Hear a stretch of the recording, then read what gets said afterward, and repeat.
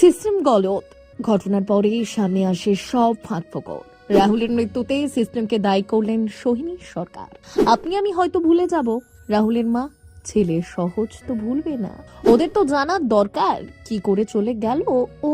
তীব্র মন্তব্য অভিনেত্রী, তাহলে দায় এড়াবে কে?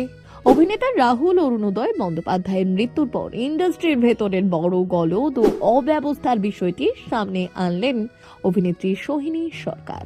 তিনি বলেন, কোনো দুর্ঘটনা ঘটলেই একের পর এক ফাঁকফোকর সামনে আসে, কিন্তু আমরা সেগুলো ঢেকে রাখার চেষ্টা করি।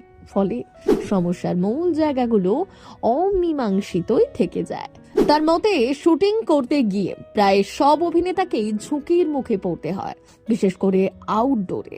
আর এই ক্ষেত্রে সেই ঝুঁকি এড়ানো যায়নি।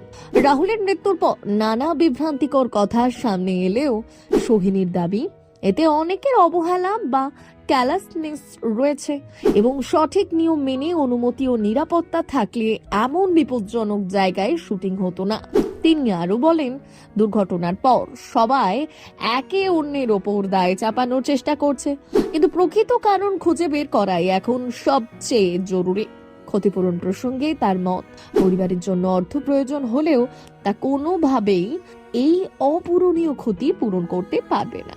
তার কথায় সময়ের সঙ্গে অনেকেই ভুলে গেলেও রাহুলের পরিবার কোনো দিন ভুলতে পারবে না। তাই এখন প্রয়োজন সত্যিটা সামনে আনা এবং সিস্টেমের গলদগুলো ঠিক করা।